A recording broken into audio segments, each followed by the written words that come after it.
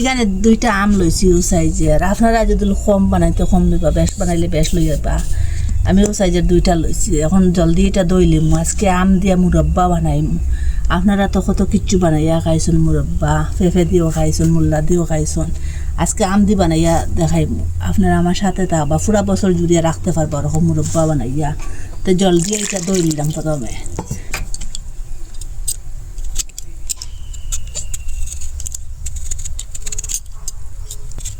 এটা একটা গন্ধ বাড়িছে, খুব সুন্দর। এরকম করে চুলাই লিছি আমটা, এটা মুরব্বার লাগিয়া কাটিলাই, আর একটা সাইজ করে কাটিম। প্রথমে ওরকম অর্ধেক করম,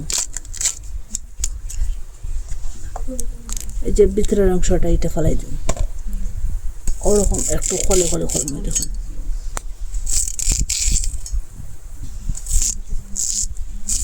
ওরকম করে কাটিলিম। মুরব্বা বানাইবার লাগি আমটা প্রথমে দিলাইলাম। গ্যাসের আগুনটা এখনো ফুল করছি না, এখন এখানে চিনি দিয়া দিন। আপনারা যতটা দেন অতটা পরিমাণটা বুঝিয়ে দিবা, বেশ দিলে বেশ দিয়ে দিবা, কম দিলে কম দিয়া দিবা।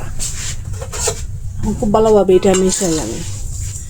আগুনটা এখন লো মিডিয়ামে আছে, পুরো ফুল করছি না, আর আমটা সিদ্ধও করছি না। চিনির থেকে একটা জল বাড়িব, একটু একটু আগুন আছে। ওরকম একটু মিশানির পরে আগুনটা ফুল রাখি একটু জল দিয়া দিব। এখানে আমটা যে সিদ্ধ করা নাই, আকাশা আমল লাগে এখানে একটু ফুড কালার দিয়া দিন, 2 ফুটা দিয়া দিলাম। ওরকম লাড়িয়া আর যে চিনিটা মিশাই জাল দিয়ে দেখুন মুরব্বাটা কি সুন্দর হয়েছে, খুব সুন্দর একটা কালার আছে মুরব্বাটা। আর ওই যে শিরাটা এখন ভিতরে ঢুকিব, দেখুন এটা সিদ্ধ হয়ে গেছে। আর একটু সময় জাল দিন, মুরব্বাটা এখনও ভাঙ্গিছে না। এখানে সেন্টার লাগে ডালচিনির আর এলাইচ গুঁড়া একটু দিয়া দিলাম, খুব সুন্দর একটা গন্ধ হইব। আর কিছু এখানে দিলাম না, চিনি দিলাম আর একটু সেন্টার লাগে দিলাম। এখন গ্যাসটা অফ করে দিলাম। কত সুন্দর হয়েছে মুরব্বাটা। আপনারা তো ফেফে দিয়েও খাইছেন, চাল কুমড়ো দিয়েও খাইছেন, কত কিছু দিয়ে মুরব্বা বানাইয়া খাইছেন। ওরকম আম থাকতে থাকতে একদিন মুরব্বা বানাইয়া খাইবা, আর ওরকম স্টোর করেও রাখতে পারবা। কাঁচের বয়ঙ্কর ভিতরে ঢুকাইয়া ভিনেগার দিয়া নর্মাল ফ্রিজের মধ্যে।